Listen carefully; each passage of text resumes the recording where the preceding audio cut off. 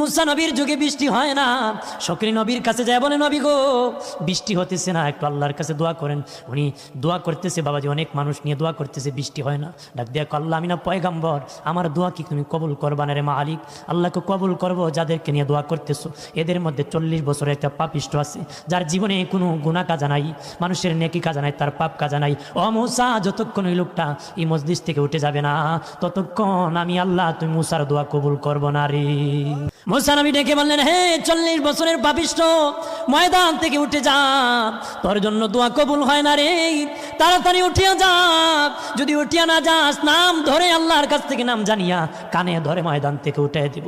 40 বছরের কানার মনে তো জানা আছে, ওই লোকের দিলে বাড়ি মারছে, আমি তো 40 বছরের পাপিষ্ট, জীবনে কোনোদিন আল্লাহকে আল্লাহ বলি নাই, নেকি করি নাই, পাপের অভাব নাই। 40 বছরের পাপিষ্ট ময়দানে বসিয়া কয়, মালিক আমি যদি এখন চোখের পানি ছেড়ে কান্দি, মানুষ বুঝে ফেলবে আমি 40 বছরের পাপিষ্ট, মানুষ জেনে ফেলবে গো আল্লাহ। 40 বছরের পাপিষ্ট আমার মা জানে না, আমার বাবা জানে না, আমার ভাই জানে না, আমার বোন জানে না, আমার আদরের বিবি জানে না, আমার সন্তান জানে না, আমার কেউ আত্মীয় বন্ধু বান্ধব কেউ জানে না, তুমি মালিক জানো, পৃথিবীর কাউকে তুমি জানাও না রে মালিক। এখন যদি এই ময়দানে আমি কান্নাকাটি করি, মানুষ বুঝে ফেলবে, ময়দান থেকে যদি উঠে দেওয়া হয়, মানুষ সকল জেনে ফেলবে আমি 40 বছরের পাপিষ্ট।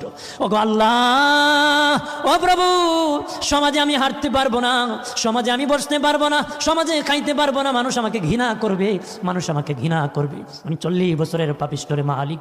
তখন আমি কি করবো রে আল্লাহ?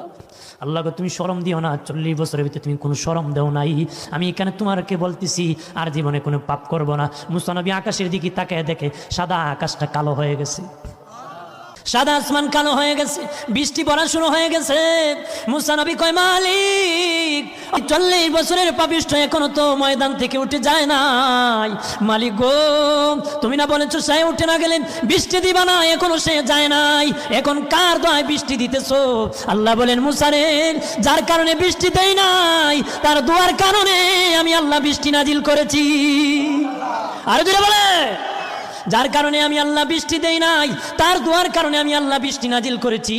মুসা নবী কয়, আল্লাহ 40 বছরের পাপিষ্ট এক ভাও করে, এক কথা দিয়ে তোমাকে ভাও করে ফেলছে, তার চেহারাটা একটা নজর আমার দেখাই দাও। আল্লাহ কয়, মুসা 40 বছর খাওয়াইছি বাঁচাইছি, কারোর সামনে তার চেহারা আনি নাই, দেখাই নাই, আর এখন তারে মাফ করে দিছি, তোমার সামনে তার চেহারা আনি আর লজ্জায় ফেলে দিব না, এমনকি দুনিয়ায় আর কোনোদিন তারে লজ্জা দিব না, কবরও আমি লজ্জা দিব না, হাসরে মিজানের পাল্লার কাছে তার গুনাহকে গোপন রাখিয়া আমি আল্লাহ জান্নাতের মেহমান বানাবো রে। এই জন্য জবানের দাম বেশি, জবানকে বেহুদা কথা বলিও না, বেপয়সা কথা বলিও না, গীবত করিও না, বদনাম করিও না, গালাগালি করিও না, বকাবকি করিও না, যা মনে চায় তা বলিও না, জবানটা হেফাজত করেন। ঘরে বসে বসে গালাগালি করে এমনও মানুষ আছে, আমি বয়ান করতেছি, আপনারা বয়ান শুনতেছেন, হ্যাঁ ঘুমায় ঘুমায় বক্তাছে, কথা কয় ঠিক কিনা? কয়েকটা নাটক আরম্ভ করছে, কদিন পরে মোল্লা হলতে চিল্লাইন, কথা কয় বাবা কানে তুলাই দা, ঘুমাও, গালাগালি করিও না, বকতে বকতে মরলে মরতে দেরি হবে, ধুনা শুরু হইতে দেরি হবে না রে।